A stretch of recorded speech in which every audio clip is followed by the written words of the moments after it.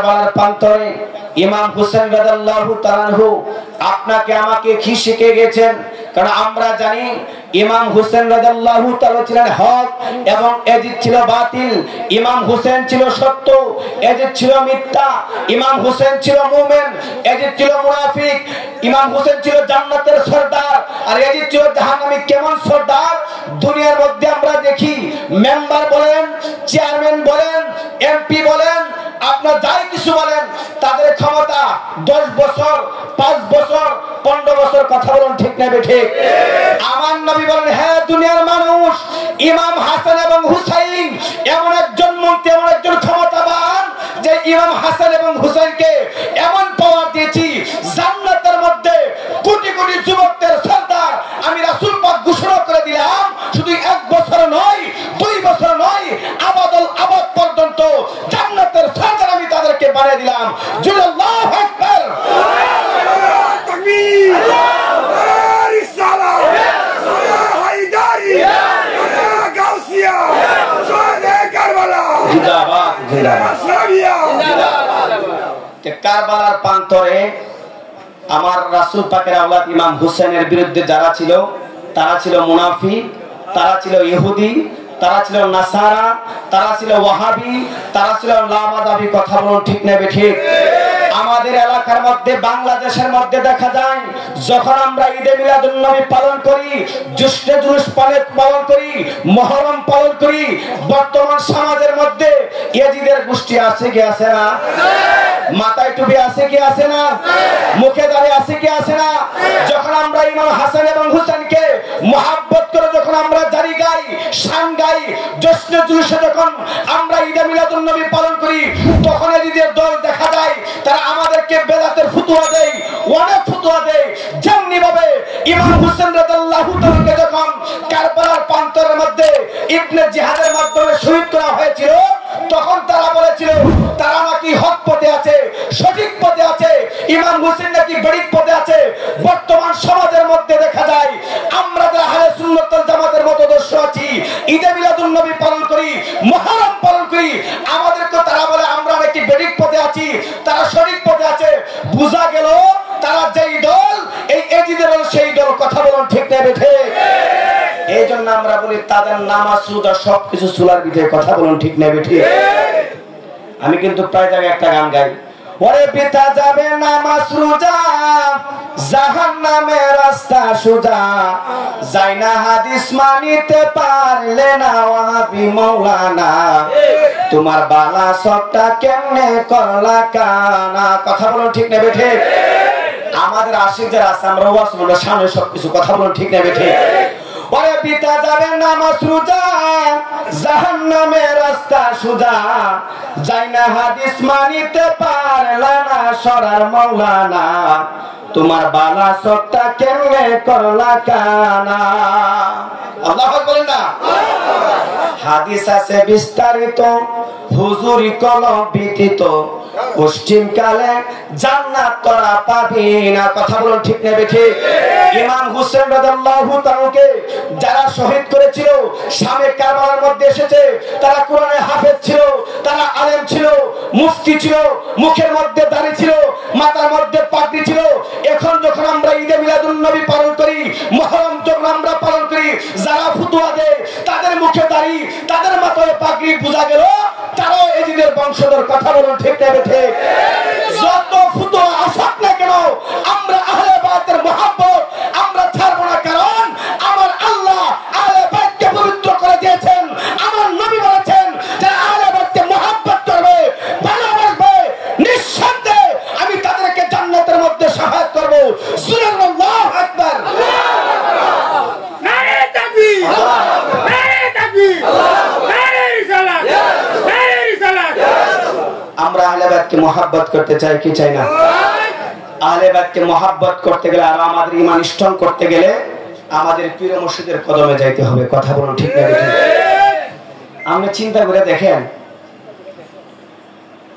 আমরা যারা আহলে সুন্নাত ওয়াল জামাতের মতদর্শ আছি, আমাদের পীর মুর্শিদ যখন ইন্তিকাল করে, পর্দা আল করে, আমরা যখন তাকে মাজার বানাই বা জিয়ারত করি, তোয়াফ করি, ওয়াহাবি গোষ্ঠীর বড় বড় মৌলবী মোল্লা কিন্তু জানাজার পর তো দোয়া পড়েই না।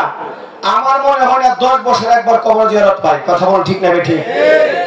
পাই নাই। কারণ দুশ্মনী যারা রাসূল আছে তাদের কোনোদিন মাদার হয় না, জিয়ারত পাইবে না, দোয়া পাইবে না।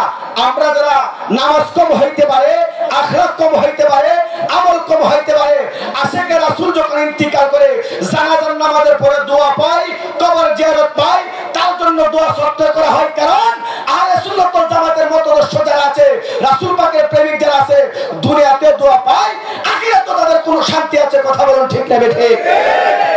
এই জন্য আপনাদেরকে বলি, আমরা আহলে বাইতকে ভালোবাসি, উলি আল্লাহদের কদমে আমরা থাকতে চাই। কথা বলুন ঠিক না বেঠিক?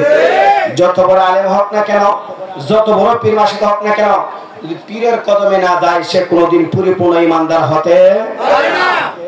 আপনারা জানেন শেখ ফরিদ রহমাতুল্লাহ আলাইহি ছোটবেলায় তার বাবা মারা গেলেন। তার আম্মা চিন্তা করলো আমার ছেলে একটা মাত্র ছেলে, আমার নিয়ত হলো আমার ছেলেকে আমি আলেম বানাইবো। এই কথা চিন্তা করে যখন শেখ ফরিদ রহমাতুল্লাহ আলাইহিকে যখন মাদ্রাসায় দিলেন, সে যখন কোরআনে হাফেজ হইলেন, মুফতি হইলেন, তখন শিক্ষকরা তার কাছে তার প্রতি অনেক খুশি হয়ে গেলেন। বলতেছে, ফরিদ তোমার কাছে আবদার হলো, তুমি তো আমাদের হাতে তুমি ছাত্র হয়েছো, এখন আমাদের আবদার হলো তুমি এই মাদ্রাসার মধ্যে শিক্ষকতা করো। কারণ তোমার যে ইলম, তোমার যে তাওয়াজ্জু, তোমার যে আমল আখলাক আমরা পছন্দ করেছি, তোমার মতন একজন শিক্ষকের দরকার। তুমি যদি থাকো আমাদের এই এলাকার, আমার এই মাদ্রাসার কোনোদিন মানুষ পথভ্রষ্ট হতে পারবে না। জোরে জোরে আল্লাহু আকবার। এবং শেখ ফরিদ বললেন, হুজুর আমি আপনার মাদ্রাসায় চাকরি করতে পারি, কিন্তু আগে আমার মার হুকুম নিতে হবে। আল্লাহু আকবার না? আমরা আমাদের মাকে ভালোবাসি কি বাসি না? পিতা মাকে ভালোবাসি কি বাসি না? এবার ফরিদ তার উস্তাদকে বললেন, হুজুর আমি কিন্তু ডানে গেলাম না, বামে গেলাম না, ডাইরেক্ট আলোচনা করলাম। আমি যতটুকু করবো এর ভিতরে ইনশাআল্লাহ হুজুর হারালে হুজুর এসে যাবে, এর ভিতরে আমি যতটুকু পারি একটা আলোচনা করব। আপনাদের কষ্ট হবে না? এবার ফরিদ বললেন, হুজুর আমার গর্ভধারিণী মা আছে, আমার মা যদি আমাকে হুকুম দেয় তাহলে আমি মাদ্রাসায় চাকরি করব। আমার মা যদি হুকুম না দেয় আমি মাদ্রাসায় চাকরি করতে পারবো না, কারণ আগে হলো আমার মার হুকুম। এবার উস্তাদ বললেন, যাও যাও তোমার আম্মার কাছে তুমি যাও, তোমার আম্মা যদি তোমাকে ইজাজত দেয়, তোমার মা যদি তোমাকে ইজাজত দেয়, তাহলে তুমি চাকরি করবা, মাদ্রাসার মধ্যে শিক্ষকতা করবা। এবার শেখ ফরিদ রহমাতুল্লাহ আলাইহি তার আম্মার কাছে চলে গেলেন। বলতেছে, মা আমি যেই মাদ্রাসায় লেখায় পড়া করলাম, আমি কোরআনে হাফেজ হইলাম, আমি পাগড়ি পাইলাম, মুফতি হইলাম, কিন্তু শিক্ষকরা আমাকে বলতেছে মাদ্রাসায় চাকরি করার জন্য। ও মা আপনি যদি আমাকে বলেন তাহলে আমি মাদ্রাসায় চাকরি করব। এবার গর্ভধারিণী মা ডাক দেওয়া, ফরিদ রে, ও ফরিদ তুমি যে ইলম অর্জন করলা, কোরআনে হাফেজ হইলা, তুমি আলেম হইলা, মুফতি হইলা, এই ইলমটা তো কোনোদিন চিরদিন তোমার সিনার মধ্যে থাকবে না। তুমি শয়তানের ধোঁকায় পড়ে তোমার ইলমটা নষ্ট হয়ে যাবে, নারীর ধোঁকায় পড়ে তোমার ইলম নষ্ট হয়ে যাবে। যা কিছু করো না কেন, সকল কিছু করলে তোমার ইলম নষ্ট হয়ে যাবে, কিন্তু আমার হুকুম হইলো তোমার মাদ্রাসা যাওয়ার দরকার নাই, তুমি আগে রিয়াজত সাধনা করো। যদি রিয়াজত সাধনা করে তুমি সাধনা অর্জন করতে পারো, তাহলে তোমার সেই ইলমের শক্তি অনেক ভরপুর হয়ে যাবে। জোরে জোরে বলো আল্লাহু আকবার। এবার ফরিদ মার হুকুম পাইয়া উনি রিয়াজত সাধনা চলে গেলেন। 12 বছর রিয়াজত সাধনা করলেন, আসলেন মার কাছে। মা বলতেছে, ফরিদ তুমি 12 বছর রিয়াজত সাধনা করেছো, কিন্তু তোমার আত্মা যে খাওয়ার জন্য পাগল, তুমি গাছের লতা পাতা খায় তুমি ইবাদত বন্দি করেছো, সাধনা করেছো, তোমার খাওয়ার প্রতি আকৃষ্ট আছে, তোমার সাধনা হয় নাই, তুমি সেই সাধনা আবার 12 বছর করে আসো। জোরে জোরে বলুন আল্লাহু আকবার। শর্ট করে বলতে যেহেতু হুজুর আসবে, 12 বছর করতে করতে আপনার 36 বছর উনি রিয়াজত সাধনা করলেন। কয় বছর? 36 বছর। 36 বছর সাধনা করিয়া যখন মার কদমের সামনে আসলেন, এবার মা বলতেছে, ফরিদ ও ফরিদ তুমি রিয়াজুস সাধনে করা আসলা। এই রিয়াজুস সাধনার একটা মূল জিনিস আছে, একটা ইলম আছে, একটা সাধনা তুমি করে আসলা। তোমার মধ্যে কোরআনে হাফেজ, কোরআনের ইলম আছে, তুমি আলেম হয়েছে, আলেমের ইলম আছে। ফরিদরে দুনিয়ার মধ্যে দেখা যায় কোন মানুষ যদি ঘরের মধ্যে সম্পদ রাখে, সোনা রাখে, মুদ্রা রাখে, সেই সোনার দিকে মানুষের নজর যায়, মুদ্রার দিকে মানুষের নজর যায়, চোরের বই থাকে, ডাকাতের বই থাকে। তোমার যে ইলম তুমি অর্জন করেছো, সেই ইলমের মধ্যে কিছু বই আছে, শয়তান তোমার ইলম নষ্ট করে ফেলবে, তোমার ইলমটা ধ্বংস করে ফেলবে। এই ইলমটা রাখার জন্য একটা পাহারাদার দরকার। সেই পাহারাটা অন্য কোনো পাহারাদার নয়, যতক্ষণ পর্যন্ত তুমি ওই আল্লাহর কদমে না যাইবা, পীর মুর্শিদের কদমে না যাইবা, ততক্ষণ পর্যন্ত তোমার ইলম সঠিকভাবে তোমার মজবুত হবে না। জোরে জোরে বলুন আল্লাহু আকবার। ওই মুর্শিদের দরবার বক্তের কাবাগন, জান্নাতের হাওয়া তাই বয়ে যায়, বিশ্বাস ভক্তি থাকিলে মুক্তি, কে জানে কার ভাগ্যে হয়। কথা বলুন ঠিক না বেঠিক? বলে কোন সময় কোন হালে থাকে দয়ালে মুর্শিদে ডাকিয়া তুমি, সে সময় কোন সময় কোন হালে থাকে দয়াল মুর্শিদে ডাকিও না তুমি, সে সময় পাহিলে আজাদ বসিবে আদবের সদ। আল্লাহু আকবার। পাহিলে আজাদ বসিবে আদবের সদ, জান্নাতের হাওয়া তাই বয়ে যায়, বিশ্বাস ভক্তি থাকিলে মুক্তি, কে জানে কার ভাগ্যে হয়। বন্ধুরে ও আমার ইমানদার যুবক ভাইরা, এটা দেওঘর ইমাম হোসেন রাদিয়াল্লাহু তাআলা জামে মসজিদের ইমামের কথা নয়, এটা আপনাদের কথা নয়, এটা হলো আমরা আল্লাহ পাকের কথা। আল্লাহ পাক বলেন ইন্না রাহমাতাল্লাহি করিবুম মিনাল মুহসিনিন। আল্লাহু আকবার। আমার আল্লাহ বলেন নিশ্চয় ইন্না রাহমাতাল্লাহ, আমি আল্লাহ পাকের রহমত, কারিবুম নিকটে, মিনাল মুহসিনিন, আমার মুহসিন বান্দা যারা হয়, আমার প্রিয় বন্ধু যারা হয়, তাদের কাছে আমি আল্লাহ পাকের রহমত থাকে। তোমরা রহমতের জন্য পাগল, তোমরা রহমতের জন্য দেওয়ানা। আমি আল্লাহ পাক তোমাদেরকে জানা দিলাম, ওই মুহসিন বান্দার কাছে যখন তোমরা যাইবা, তোমাদের একটা গ্যারান্টি আমি আল্লাহ পাক দিয়ে দিলাম। কি গ্যারান্টি? আমার আল্লাহ পাক বলেন আলা ইন্না আউলিয়া আল্লাহি লা খাউফুন আলাইহিম ওয়া লা হুম ইয়াহজানুন। আল্লাহু আকবার। আমার মুহসিন বান্দা যারা হয়, তাদের ব্যাপারে আমি আল্লাহ পাক গ্যারান্টি দিয়ে দিলাম। সাবধান, নামাজে সাবধান করে নাই, রোজার মধ্যে সাবধান করে নাই, যাকাতের মধ্যে সাবধান করে নাই, উলিদের ব্যাপারে, বন্ধুদের ব্যাপারে আল্লাহ পাক সাবধান করে দিলেন। আলা সাবধান, ইন্না আউলিয়া, নিশ্চয়ই আমার উলি আউলিয়া যারা বন্ধু হয়েছে, লা খাউফুন, তাদের কোনো ভয় নাই, ওয়ালা হুম ইয়াহজানুন, তাদের কোনো চিন্তা নাই। আল্লাহু আকবার। না, উলিদের কোনো চিন্তা আছে? ভয় আছে? উলিদের বেহরা দিবেন, হ্যাঁ কিছু ঠিক করে মারে, মানে কি মারে না, মারে কি মারে না, মূলত হলো তারা উলি আল্লাহর দুশমন, রাসূল পাকের দুশমন। কথা বলুন ঠিক না বেঠিক? এই জন্য আমার নবী 1400 বছর পূর্বে বলে গেছেন, হ্যাঁ দুনিয়ার মানুষ তোমাদেরকে জানিয়ে দেয়, তোমরা দাড়ি দেখে পাগল হয় না, পাগড়ি দেখে পাগল হয় না। আমার উম্মতেরা জিনা করবে, আমার উম্মতেরা পাপ করবে, আমার উম্মতেরা বড় বড় গুনাহ করবে। সেই জন্য আমি রাসূল পাক চিন্তা করি না, আমি চিন্তা করি শেষ জামানার মধ্যে আমার কতগুলো উম্মত থাকবে, তারা আমি রাসূল পাককে নিয়ে কতক কথা বলবে। বর্তমান জামানার মধ্যে সেই বেঈমানের রাসূল আছে কি আছে না? জোরে বলা আছে কি আছে না? মরার পরে যখন আমরা বলি বিসমিল্লাহ আলা মিল্লাতে রাসূলিল্লাহ, কবরের মধ্যে আমার রাসূল থাকবে, হাসরের মধ্যে আমার রাসূল থাকবে, মিজানের পাল্লার মধ্যে আমার রাসূল থাকবে, থাকার সকল কিছু জানি, জানার পরে আমার রাসূল পাকের শান বলতে চাই না, রাসূল পাকের গুণকীর্তন বলতে চাই না। বুঝা গেল আমার রাসূল 14 বছর পূর্বে যা বলে গেছেন, বর্তমান সমাজের মধ্যে আমার রাসূল পাকের দুশমন আছে কি আছে না? যেটা শিখে আছে না দুরূদ শরীফ পড়ুন আল্লাহুম্মা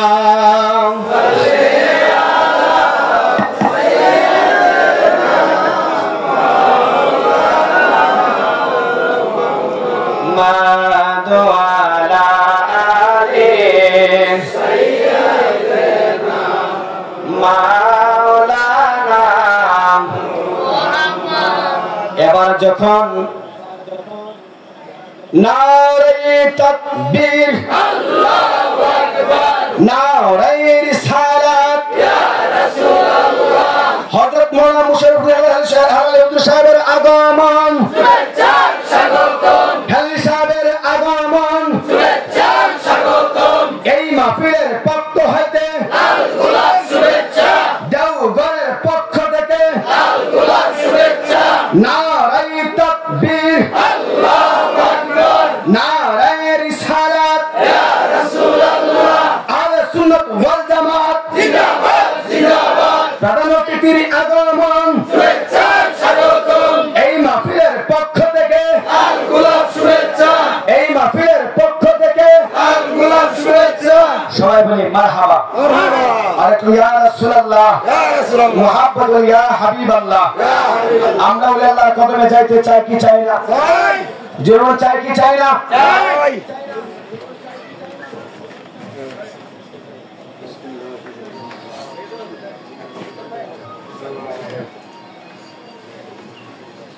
যাক আপনারা জানেন সকাল থেকে যে বৃষ্টি আমরা তো আশা করছি মাহফিল হবে না কিন্তু ইনশাআল্লাহ ওলি আল্লাহদের কদম এখানে পড়েছে হুজুর আসছে আমরা হুজুরের কদমের বরকতে ইনশাআল্লাহ আমরা রহমত পেয়েছি আমরা হুজুরকে পেয়ে খুশি না বেজা খুশি যেরকম খুশি না বেজা খুশি বলে ওহমুল্লাদান বিক্রি করে ওহমুল্লাদান বিক্রি করে বিনা মূল্যে পাবি রে তুই মুর্শিদের কদমে যেদিন যাবি রে তুই মুর্শিদের কদমে যেদিন যাবি কমলরে সেই দেশের নীতি মুর্শিদ কে বজহবতী মুর্শিদ দিবে আসল মতি নিজুম করে যাবি ও তোর খুললে তালা দেখবি খেলা খুললে তালা দেখবি খেলা জ্যোতিষময় এক সাহাবী রে তুই মুর্শিদের কদমে যেদিন যাবি রে তুই মুর্শিদের কদমে যেদিন যাবি ওরে অমূল্যদান বিক্রি করে অমূল্যদান বিক্রি করে বিনা মূল্যে পাবি রে তুই মুর্শিদের দরবারে যেদিন যাবি রে তুই মুর্শিদের দরবারে যেদিন যাবি আল্লাহু আকবার আমরা মুর্শিদের কদমে থাকতে চাই কি চাই না যেমন চাই কি চাই না আল্লাহ পাক আপনাকে আমাকে মুর্শিদের কদমে থাকার তৌফিক দান করে শুনুন আমিন আমিন যেহেতু আমি আপনাদের এলাকার ইমাম সাহেব আপনারা আমার আলোচনা শুনে যেহেতু আমাদের সামনে প্রধান খলিফা ইমাম রাব্বানি দরবার শরীফ আন্তর্জাতিক মুফাসসির কুরআন পীর তরিকত রাহনুমায়ে শরীয়ত আলহাজ হযরত মাওলানা মুহাম্মদ মুশাররফ হোসেন আলী সাহেব মুজাদ্দিদি আল হুসাইনি খতিব বাইতুল করিম জামি মসজিদ আজিমপুর চৌরাস্তা ঢাকা আমাদের সামনে ইনশাআল্লাহ পীর মুর্শিদ এসে গেছে প্রধান জি এসে গেছেন আমরা শান্তশিষ্টভাবে ইনশাআল্লাহ আমরা আলোচনা করব আমাদের মেহমান আমরা সঠিকভাবে হুজুরের যে আলোচনা করে আমরা মনোযোগ সহকারে শুনবো আলোচনা যখন হুজুররা করে মনোযোগ সহকারে শুনতে হবে মনোযোগ না থাকে আপনার আলোচনা সারা শুনে কোনো লাভ হবে না যে হুজুর আলোচনা করবেন আমরা সঠিক মতে সঠিক মনে আল্লাহ পাক আপনাকে আমাকে হেদায়েতের রাস্তা দেখায় দেয়